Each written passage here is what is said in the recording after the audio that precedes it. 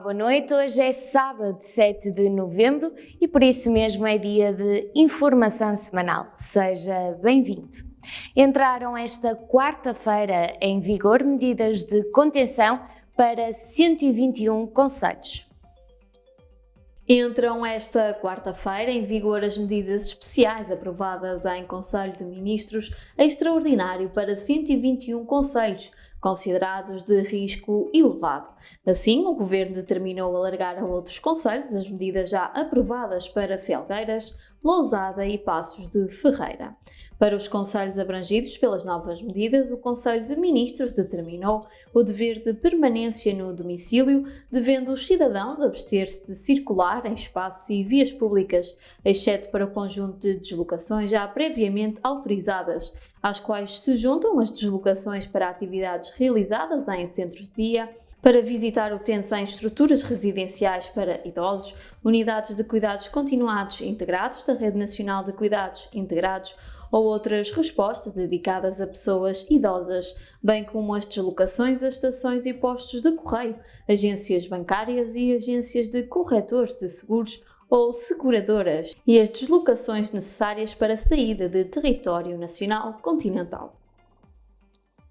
O Hospital de Campanha de Passos de Ferreira tem capacidade para 50 camas. A unidade poderá constituir-se no segundo centro distrital da retaguarda do país.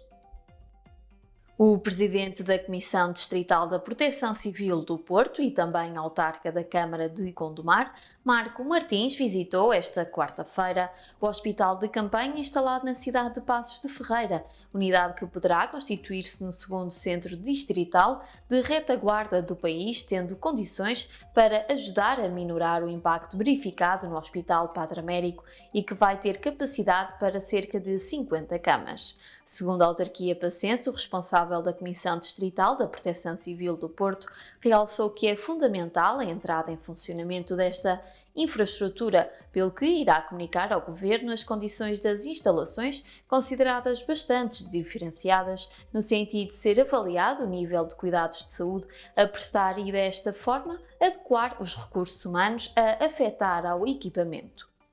De acordo com o município, o Hospital de Campanha na cidade de Passos de Ferreira, um equipamento destinado a cidadãos com necessidades de proteção de cuidados assistenciais, que estará disponível, caso venha a ser necessário, nas antigas instalações do Hospital da Santa Casa da Misericórdia de Passos de Ferreira.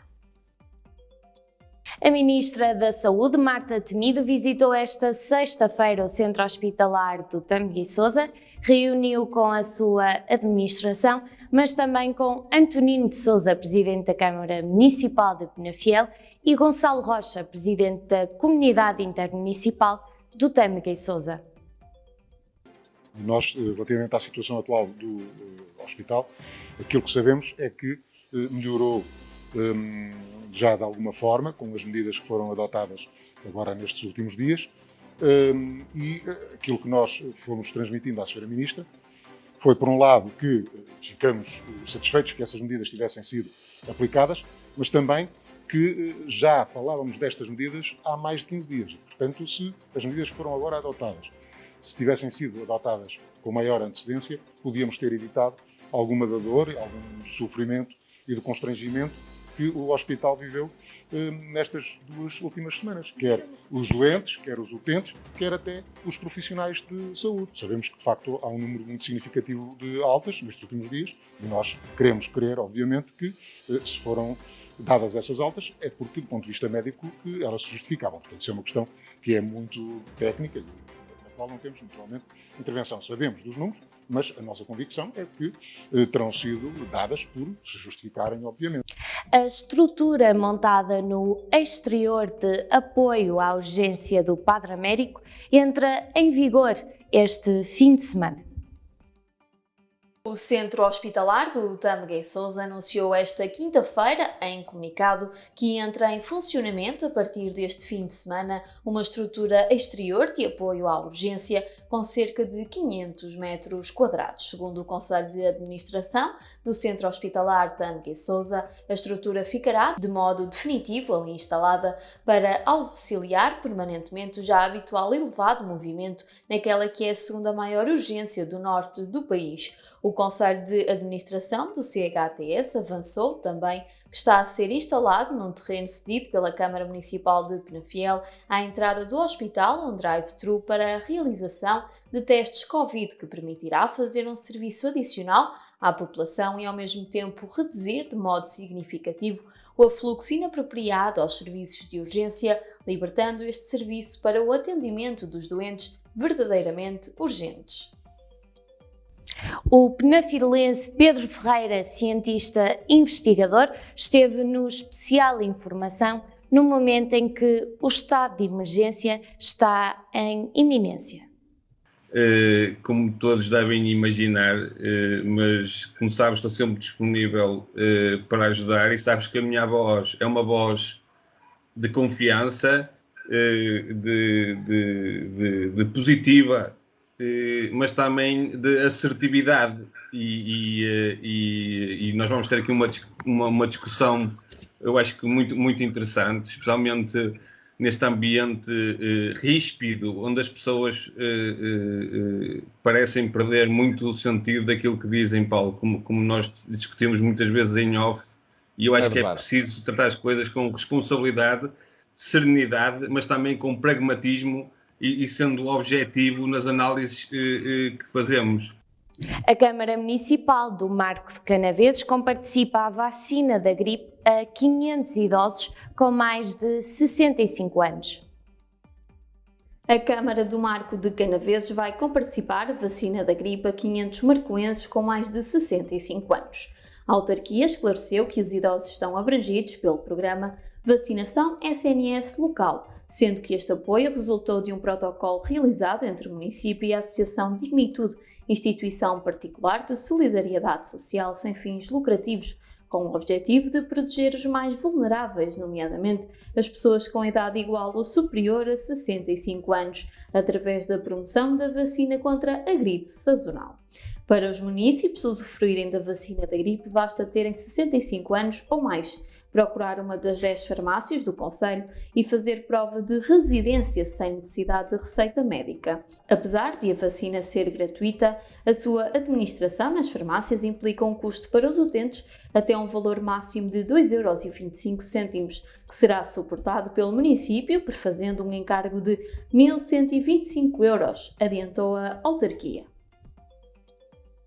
A Câmara Municipal de Penafiel comemorou o Dia do Cuidador Informal com uma sessão informativa e via online.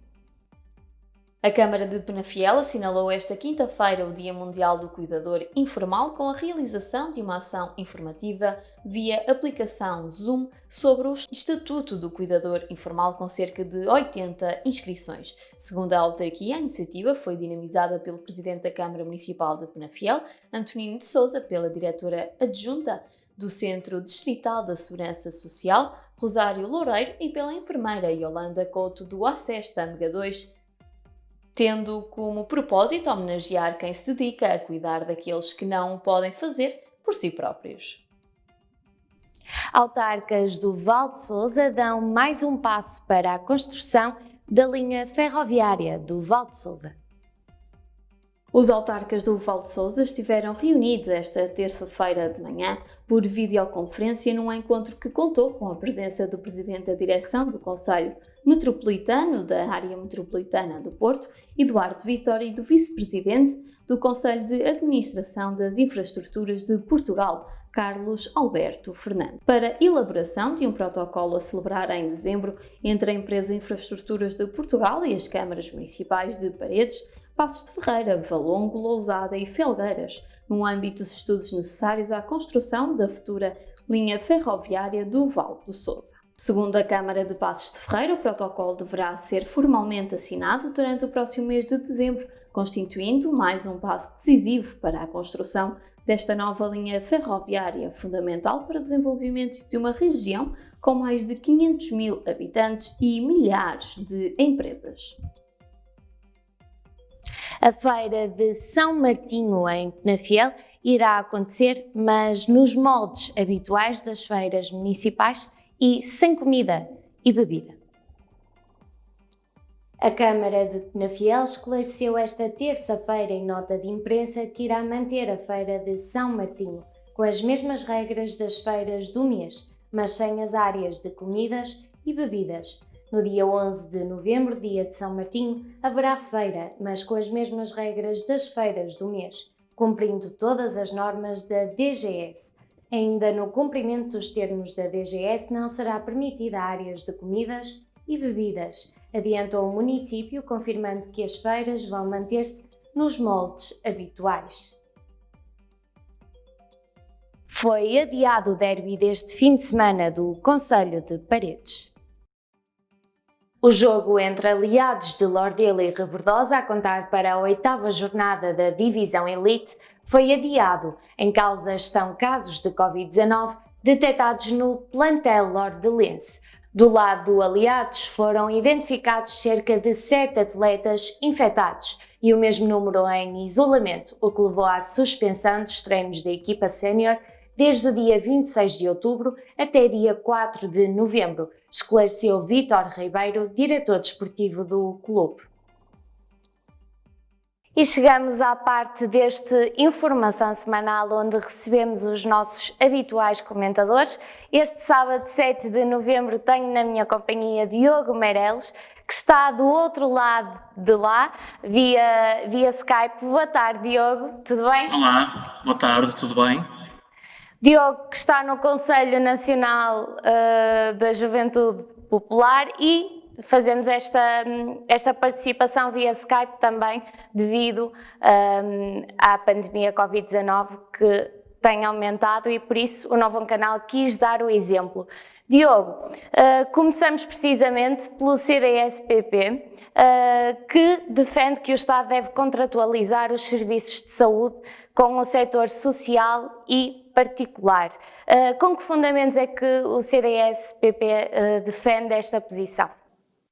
Bem, antes de mais, salientar que os 3 temas escolhidos para o comentário da Informação Semanal têm 3 âmbitos muito bem definidos.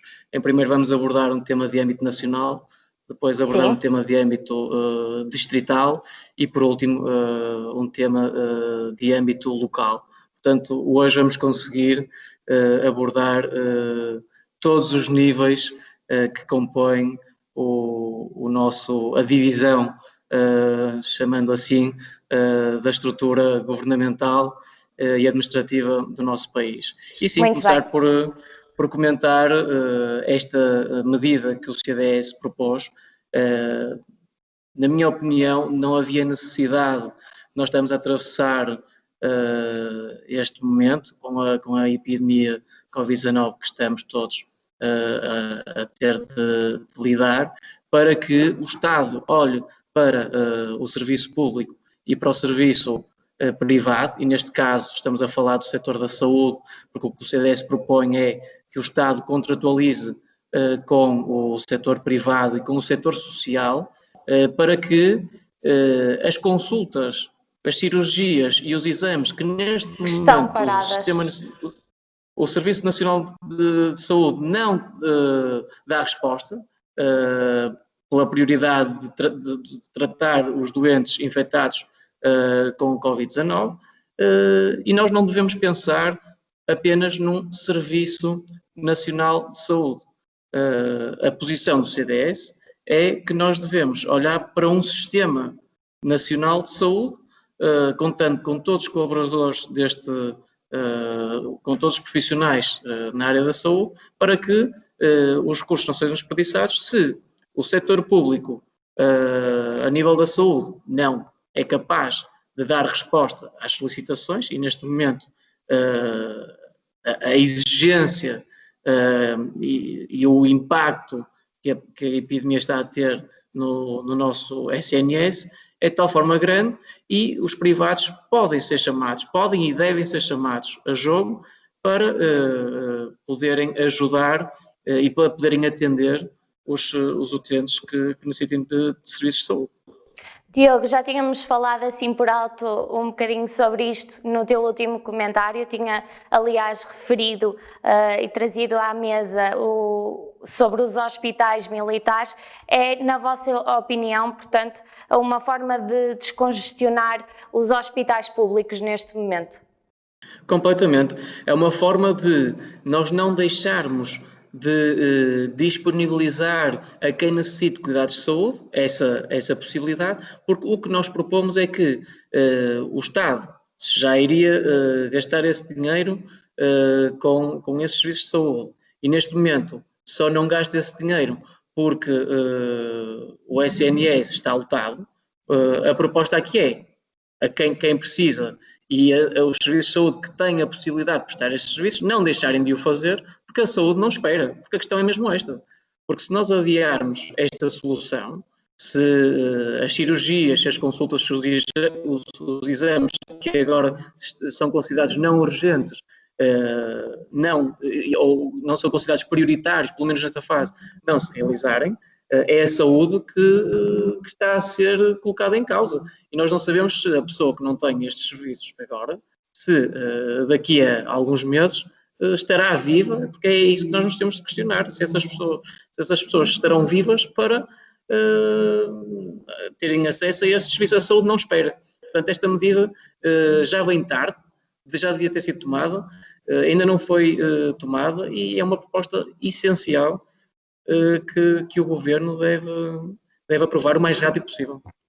Muito bem, Diogo, e porque pegamos aqui também um bocadinho nestas contratualizações entre o Estado e os serviços particulares e passamos para o segundo ponto, em que inclusive autocarros e motoristas de operadores privados vão reforçar cerca de 17 linhas da STCP em 6 municípios do Distrito do Porto.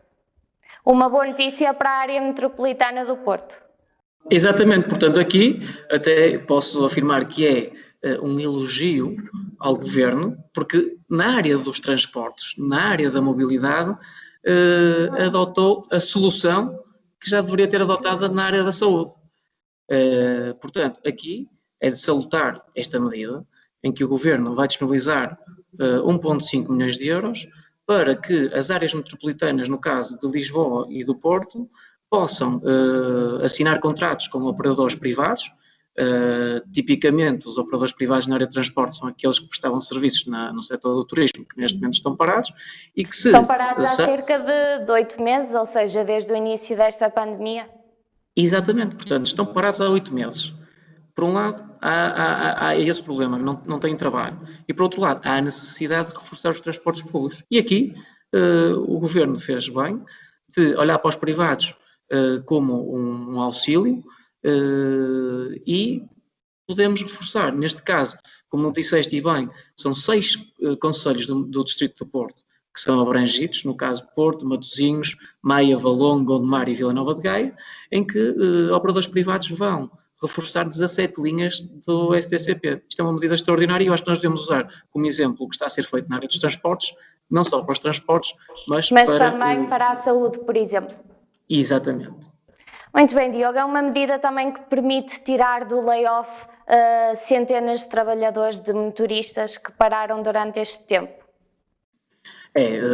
Se existe necessidade de eles trabalharem e essa necessidade não é colmatada, se eles estão disponíveis para trabalhar e se não lhes apresentamos trabalhos e existe dinheiro disponível, neste caso é prioritário, porque se não fossem necessários os serviços destes operadores privados, era uma questão, mas torna-se necessário, porque o que nós vemos é que há muitos, a nível dos autocarros, mesmo nas linhas ferroviárias, vemos os veículos completamente lotados. E as normas que nós já todos conhecemos não podem ser cumpridas porque o Estado não disponibiliza meios para nos deslocarmos com com as condições para mínimas de segurança. Exatamente. Era precisamente isso que eu ia falar. Achas que há uma necessidade de reconstruir a confiança da população em voltar a usar transportes públicos? Porque vimos aqui com esta pandemia uma quebra no número de pessoas que usam os transportes públicos para se deslocarem para o trabalho ou para outras situações. Há esta necessidade de reconstruir a confiança e de mostrar que, usando transportes públicos, as pessoas estão em segurança?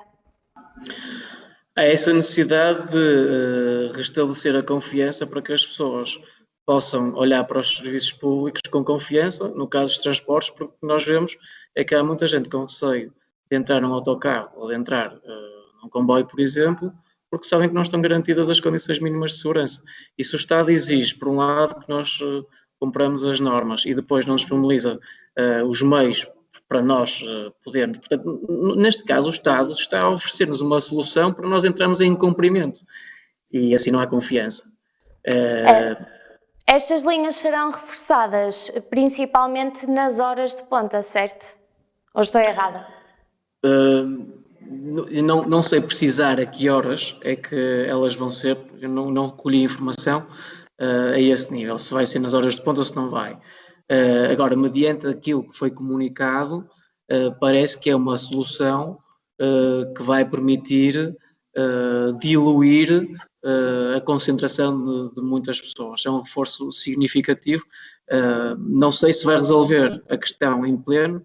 Também agora, com o regresso do teletrabalho obrigatório, não é tanta gente a circular. Portanto, eu acho que vai haver aqui um certo equilíbrio entre as pessoas que agora permanecem em casa e com o aumento das soluções de transporte, que os problemas que se vêm a verificar até agora fiquem mitigados. Esperemos que não haja ninguém em risco ao entrar num transporte público. Isso é que nós temos de garantir. Ninguém pode ser colocado em risco quando tem de se deslocar do trabalho, de casa para o trabalho, em meios de transporte público. Muito bem, e por último, o tema que nos trazes, que deve orgulhar todos nós, que somos aqui da região norte. O Porto conquistou o prémio de melhor destino europeu para a escapadela urbana, dado pela World Travel Awards. São basicamente os Oscars do turismo. O Porto já está habituado a receber este tipo de premiações e de Oscars. Diogo, o que é que tu achas sobre este prémio? Bem, é um prémio muito importante. Para termos ideia, o Porto ficou à frente de 13 cidades, e não são 13 cidades quaisquer. Portanto, temos Lisboa, por exemplo, foi uma das cidades candidatas, e Lisboa é uma cidade belíssima, mas também temos outras cidades europeias como Berlim, Dublin, Genebra, enfim, Londres, Paris, Roma. Há aqui nomes muito fortes, São Petersburgo, Veneza, há nomes muito fortes que concorreram a este prémio, e o Porto ficou em primeiro lugar. É uma excelente notícia, ainda para mais nesta altura. Exatamente, era precisamente isso que eu ia dizer, principalmente nesta fase em que o turismo daqui para a frente vai ter que ser basicamente a nossa galinha de ovos de ouro. Vamos ter que potenciar ainda mais o turismo e consequentemente a nossa economia. É que se há setor que está parado e que sofreu uma quebra brutal desde que vivemos no cenário de Covid-19, foi precisamente o setor do turismo. E especificamente no Porto, se bem que Portugal, de norte a sul e ilhas, tem uma oferta turística fantástica. E todos os pontos do país sofreram com as restrições derivadas de Covid. Há muitos hotéis a fechar, há muitos restaurantes a fechar, muitas atividades recreativas, muitos operadores turísticos que não têm atividade, e isso é bastante preocupante, porque as pessoas efetivamente não se estão a deslocar, nem pouco mais ou menos como se deslocavam até há bem pouco tempo, até ao início deste ano. E nós devemos olhar para esta notícia como realmente o turismo no Porto e também dar nota de que Portugal também recebeu um prémio.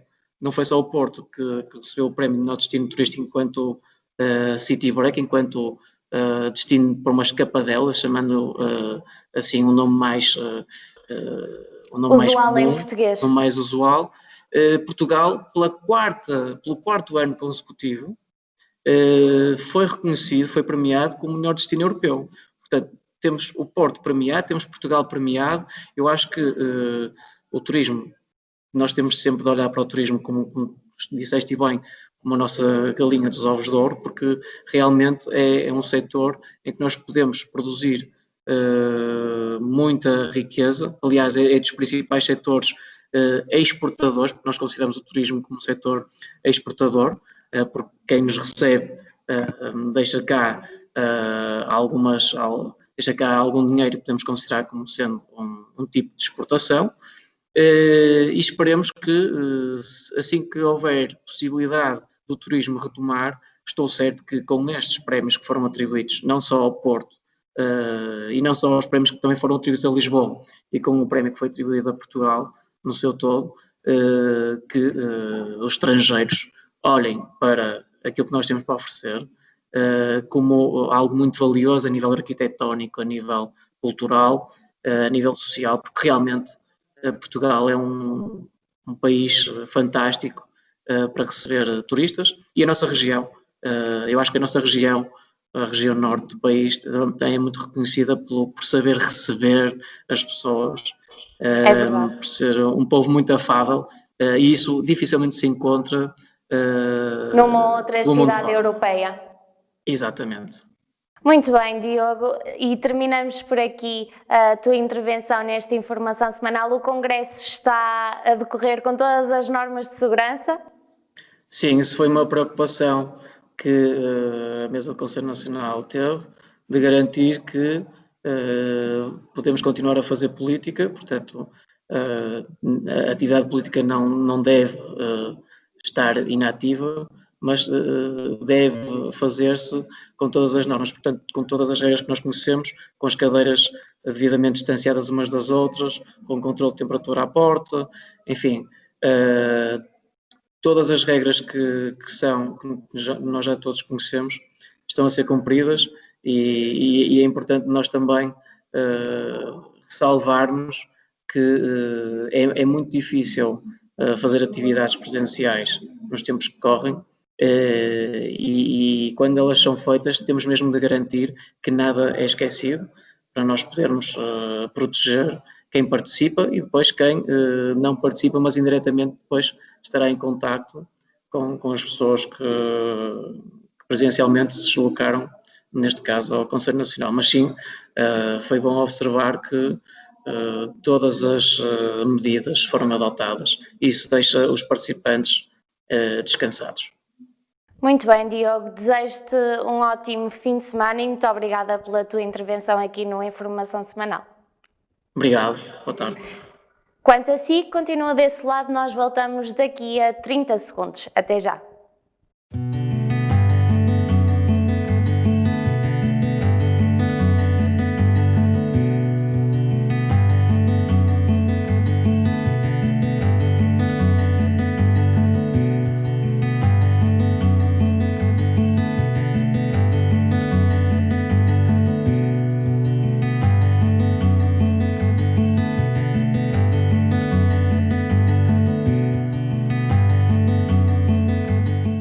Voltamos com a segunda parte deste Informação Semanal e já na reta final do programa. Já a seguir pode ver o jogo de futsal do ADP Penafiel contra o CP Vila Boa Bispo, às 20 horas.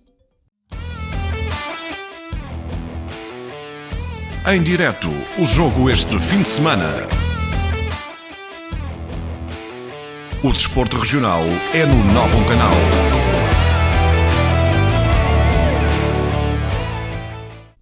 Amanhã não pode perder a edição especial do Pandemónio, que tem como convidado Gonçalo Rocha, presidente da Câmara Municipal de Castelo de Paiva. Será que foi corajoso? Se já acordaste com uma ressaca num quarto de hotel, num local completamente desconhecido, após uma feira do vinho verde? No hotel não, em casa talvez. Agora estás mesmo à vontade, ao terceiro mandato estás mesmo à vontade. Às vezes. Quem é que tu escolheste para sucessor? Há democracia em Castelo Paiva, acho que foi feita uma sondagem para saber... Houve primárias também? Claro! Mas vamos deixar responder agora ao segundo. Mas agora temos de deixar responder efetivamente, e já são 2 ou 3 perguntas numa, no fundo. Terminamos por aqui o Informação Semanal deste sábado. Foram estas as principais notícias e acontecimentos no Novo Canal e na região de Tâmega, Sousa e Douro durante esta semana. Quanto a mim, volto no próximo sábado para lhe trazer mais uma Informação Semanal. Resta-me desejar-lhe um bom fim de semana e uma boa noite.